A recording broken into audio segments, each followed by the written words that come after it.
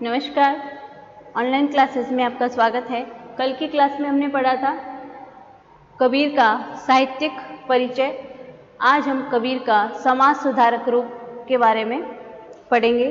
कबीरदास ऐसे कवि हैं जो संत, भक्त, समाज सुधारक और फकीर थे, जिनके जैसा आज तक कोई न हुआ और शायद ही कोई होगा। कबीरदास समाज सुधार के साथ साथ एक हिंदी साहित्य के महान समाज कवि भी थे। उन्होंने अनोखा सत्य के माध्यम से समाज का मार्गदर्शन किया और कल्याण भी किया, जिससे मानव कुसंगति, छल कपट,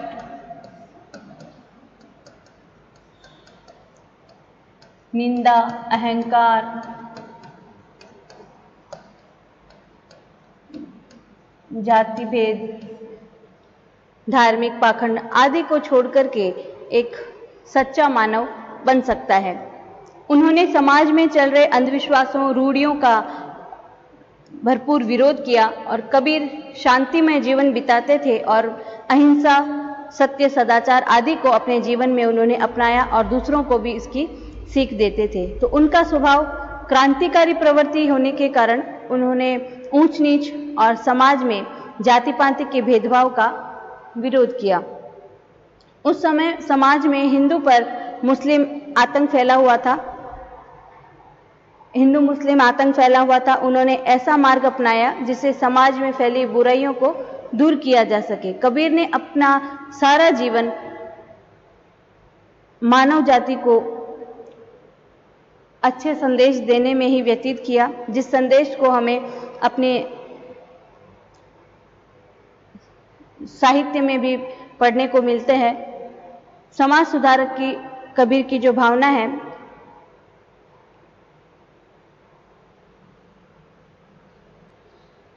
उसमें समाज में फैली पाखंड, अंधविश्वास, मूर्ति पूजा, छुआछूत, भेदभाव आदि कलंक को उन्होंने समाज से मिटाने का प्रयास किया।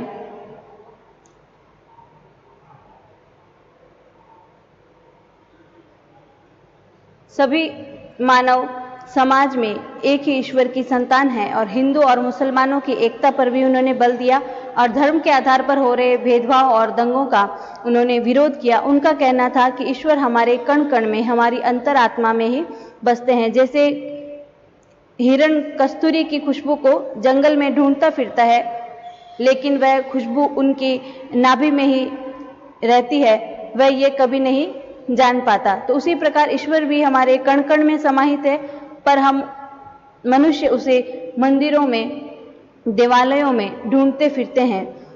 जैसे कबीर ने लिखा है, कस्तूरी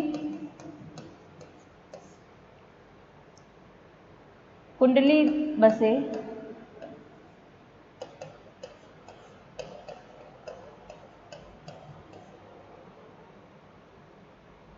मृग ढूंढे वन माही।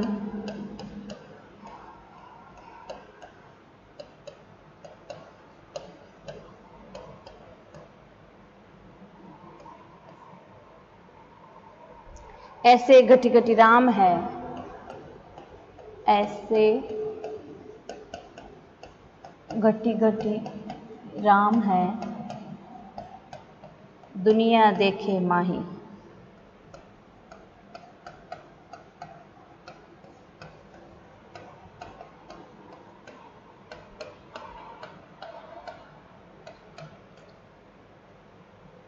फिर उन्होंने समाज से बुराइयों को दूर करने के लिए प्रेम को प्रधानता दी।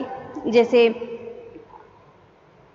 पोथी पढ़ पढ़ जग मुआ, पंडित भया न कोई, ढाई आखर प्रेम का, पढ़े सो पंडित होय।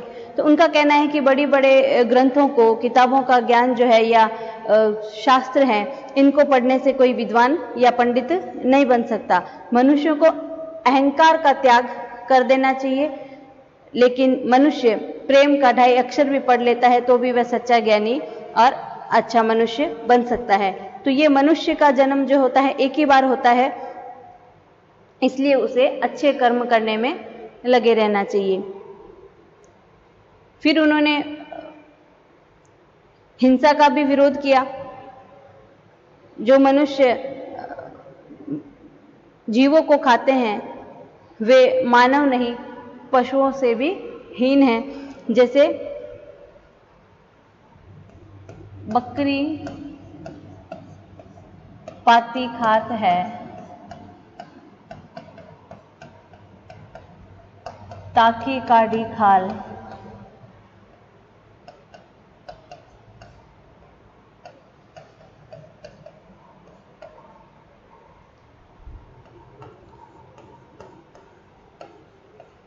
जे नर बकरी खात है,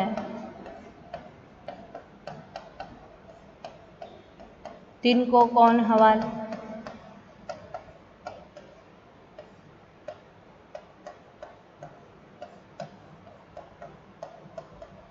तो कबीर कहते हैं कि बकरी हरी पत्तियां खाती है, फिर भी उसकी खाल उधेड़ ली जाती है। फिर जो लोग बकरी को मारकर खाते हैं तो उनके साथ क्या करना चाहिए या उनका क्या हाल होगा।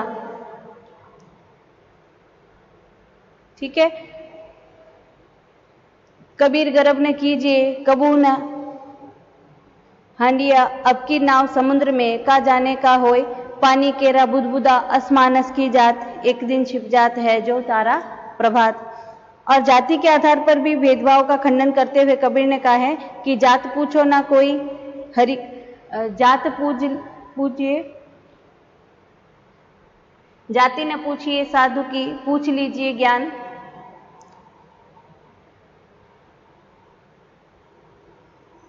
जात पात पूछो ना कोई, हरि को भजे सो हरि का होई। उसी प्रकार कबीर ने आचरण की पवित्रता पर भी बल दिया कि वे वंश मर्यादा कुलीनता और साधु की श्रेष्ठता आचरण से ही मानते थे। जैसे ऊंचे कुल का जन्मिया,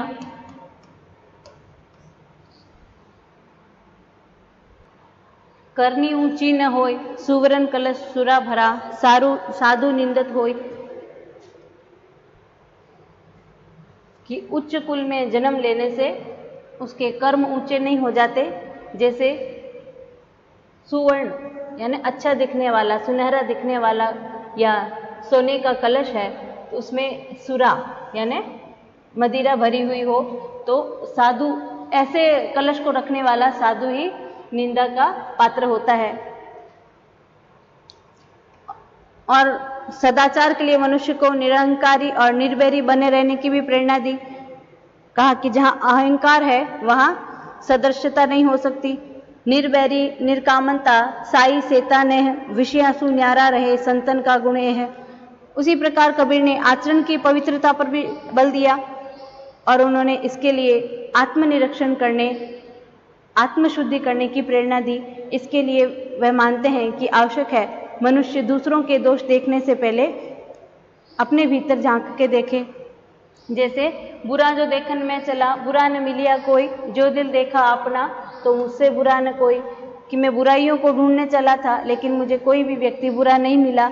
फिर मैंने स्वयं के अंदर झांक के देखा, अपनी अंतरात्मा में झांक करके देखा तो मुझसे बुरा कोई नहीं है।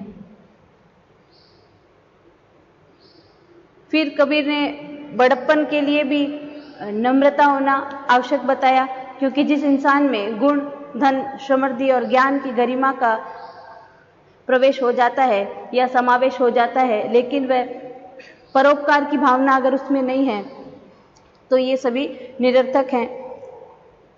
इसे कबीर ने अपने दोहे में खजूर के उदाहरण देकर के उसके जैसा परोपकारी और नम्र बनने की प्रेरणा देते हैं। बड़ा हुआ तो क्या भया, जैसे पेड़ खजूर, पंछी को छाया नहीं, फल लागे अति दूर। कि खजूर का जो वृक्ष होता है वो इतना ऊंचा होता है कि उसके फल, किसी के फल तक कोई नहीं पहुंच पाता है और ना ही वो छाया देने के काम आता है। तो ऐसा बड़प्पन किस काम का।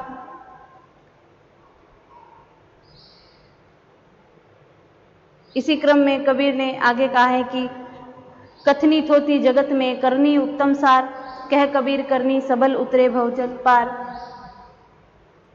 उसी प्रकार बोली तो अनमोल है जो कोई जाने बोल, हीर तराजू तोल कर तब मुख बाहर आनी। पपीहापन को न तजे, तजे तो प्रण बेकाज, तन छूटे तो कछु नाही, पन छूटे है लाज। तो इस तरह की कई साखियां मिलती है जिससे मनुष्य मात्र को उच्च सामाजिक आदर्श ग्रहण करने का संदेश दिया गया है। वर्तमान युग की जो भ्रष्टाचार, बेईमानी आदि जो विडंबनाएं हैं उनके बीच निश्चय ही कबीर की वाणी अपनी सपाट बयानी के कारण कड़ा व्यंग्य करती है, कड़ा प्रहार करती है और सामाजिक प्रदूषण को मिटाने में सहायक होती है। उसी प्रकार संतो देखो जग बोराना, हिंदू कहे मोहि राम प्यारा, तुर्क कहे रहीमान, आपस में दो लड़लई मुए, मरम न काहू जाना। फिर उन्होंने पाखंडों का खंडन करते हुए भी कहा कि दिन भर रोजा रहत है, रात हनत दे गाय, ये तो खून व बंदगी कैसी खुशी खुदाए। फिर हिंदुओं पर भी माला जपते हुए और तिलक लगाने का उन्होंने विरोध किया, जैसे माला तिलक लगाए के भक्ति न आई हाथ, दाढ़ी मूछ मुंडाए के चले दूनी के साथ, दांडी मूछ मुराए के हुआ घोटम घोट, मन को क्यों नहीं मूरिए जामे भरिया खोट। तो कबीर को यह भी समझ नहीं आता कि आवाज देकर चिल्लाने में कैसे ईश्वर की प्राप्ति होती है, तो इस पर भी वो इसकी भी वो निंदा करते हैं। जैसे काकर पाथर जोड़ के मस्जिद लई चुनाए, ताचडी मुल्ला बांग दे क्या बहरा हुआ खुदाए। फिर उन्होंने लोक कल्याण की भावना उसको भी प्रोत्साहित किया, जैसे कबीरा खड़ा बाजार में मांगे सबकी खेरा, ना कहूं से दोस्ती ना कहूं से बहरा। ज्ञान, कर्म और परिश्रम की महानता पर बल देते हुए कबीर ने कहा कि जाति न पूछो साधु की, पूछ लीजिए ज्ञान, मोल करो तलवार का, पड़ा रहने दो म्यान। फिर कर्म के लिए मानव को परिश्रम के माध्यम से ही समाज से गरीबी को मिटाया जा सकता है। परिश्रम के माध्यम से ही समाज से गरीबी और सफलता का आनंद छिपा रहता है। जो मानव परिश्रम करता है, ईश्वर भी उसी का साथ देते हैं। जैसे कबीर ने कहा है कि कबीर उद्यम अवगुण को नहीं, जो हरि जाने कोई, उद्यम में आनंद है साईं सेती होय। दुबलेपन को न बताइए जाकिर मोटी हाय, मुई खाल की सांस तो लो भस्म हो जाए।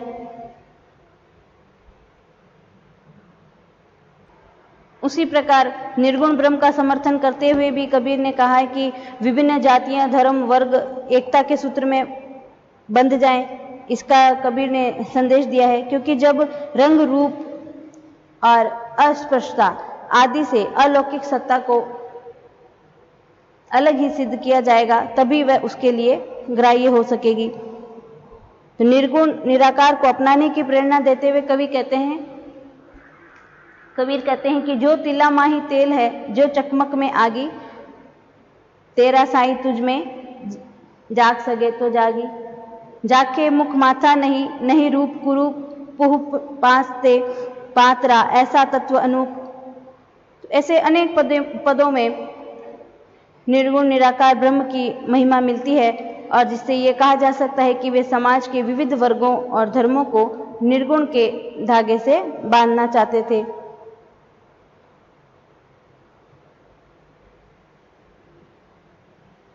उसी प्रकार कबीर ने भक्ति पद्धति और ईश्वर की व्यापकता और एकता पर बल देते हुए कहा कि लाली मेरे लाल की, जित देखूं तित लाल, लाली देखन मैं गई, मैं भी हो गई लाल। तो उनकी दृष्टि में परम तत्व जो है वो एक ही है और वह पूरे संसार में निवास करता है। प्रकृति की समस्त शक्तियां उसी का ही प्रतिरूप है, और ईश्वर की जगत व्याप्ति स्थिति का बोध इन्हीं पंक्तियों के माध्यम से कबीर ने करवाया है। ईश्वर के निराकार रूप को सिद्ध करते हुए भी कबीर ने कहा कि ब्रह्म मन बुद्धि और वाणी से अगम अगोचर और इंद्रियातीत है, उसे केवल आत्मा से अनुभव किया जा सकता है। जैसे जाके मुख माथा नहीं, ना ही रूप कुरूप, ऊपन बास्ते पात्रा, ऐसा तत्व अनूप।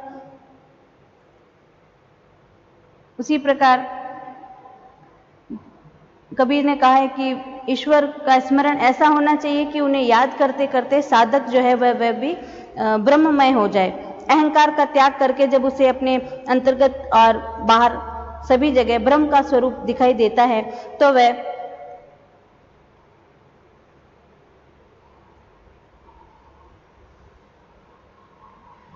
पर ब्रह्म की स्थिति प्राप्त कर लेता है। जैसे तू तू करता तू भया, मुझ में रही न हूं, बारी फेरी बली गई, जित देखो तित तू। तो वास्तव में भक्ति पथ में अहंकार का त्याग पहली शर्त है। जब स्मरण मात्र से प्रभु की अनुभूति हो जाती है तो फिर वहां अहम के लिए कोई स्थान नहीं रह जाता। जैसे जब मैं था तब हरि नहीं, अब हरि है मैं नाही, सब अंधियारा मिट गया, जब दीपक देखा माही। उसी प्रकार सदाचार पर बल देते हुए भी कबीर ने कहा है कि एक कनक और कामिनी दुर्गम घाटी दोए,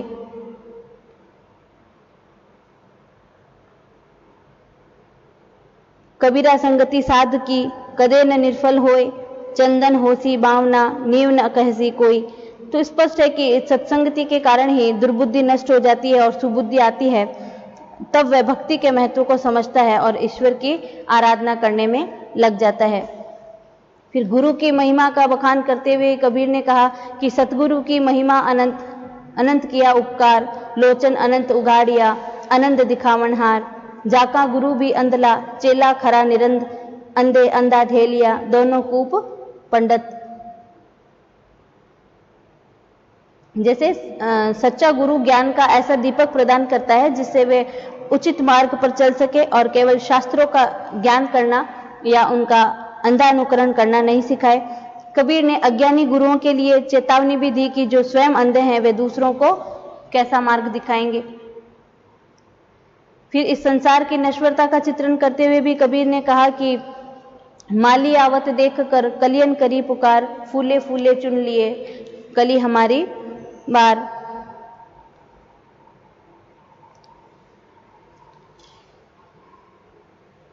उसी प्रकार कबीर ने सदाचार की शिक्षा देते हुए भी कहा कि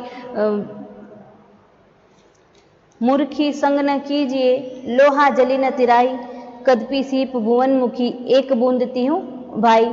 तो अज्ञानी व्यक्ति कभी सदाचारी नहीं हो सकता, उसमें सात्विकता का अभाव होता है, वह दुष्कर्मी रूपी लोहे के समान भारी बना देता है। कबीर ने स्वाति नक्षत्र की बूंद का उदाहरण देकर भी संगति का प्रभाव स्पष्ट किया। इसलिए उन्होंने सत्संगति के महत्व को बताते हुए सज्जनों की संगति करने पर बल दिया, क्योंकि उनकी जो संगति है वो कभी निष्फल नहीं होती है और उनके संपर्क में आकर के नीम के समान कड़वा होते हुए भी चंदन के समान शीतल और सुवासित हो जाता है। कबीर ने अहंकार के त्याग की भावना को प्रकट किया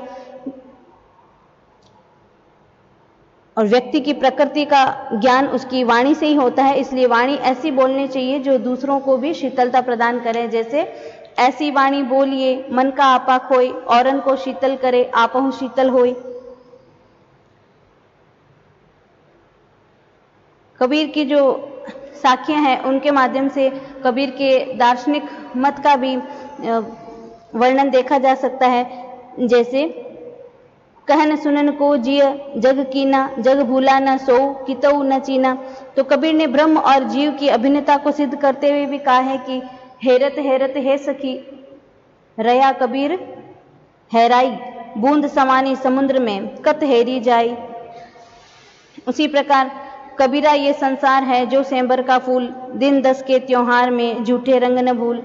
इसी तरह मोह माया के प्रपंचों को कबीर ने अपनी भली भांति समझाया अपनी वाणी के माध्यम से। माया के त्रिगुणात्मक रूप से बचने की भी उन्होंने सलाह दी। कबीरा माया पापणी फंद ने ले बैठी हाटी। यही नहीं, उन्होंने मोह माया को महाठगिनी कहा और उससे स्वयं ब्रह्मा और महेश भी नहीं बच सके। ऐसी स्थिति में अज्ञानी पुरुष तो शीघ्र ही माया के चक्कर में पड़ जाता है। मीठी मीठी माया तजी न जाए, अज्ञानी पुरुष को भोली भाली खाए। उसी प्रकार आत्मा और परमात्मा के मिलन का बड़ा रोचक चित्रण कबीर ने इसके माध्यम से प्रस्तुत किया है कि सुरती समानी निरत में अपजा माहे जाप, लेख समाना आलेख में यो आपा माहे आप।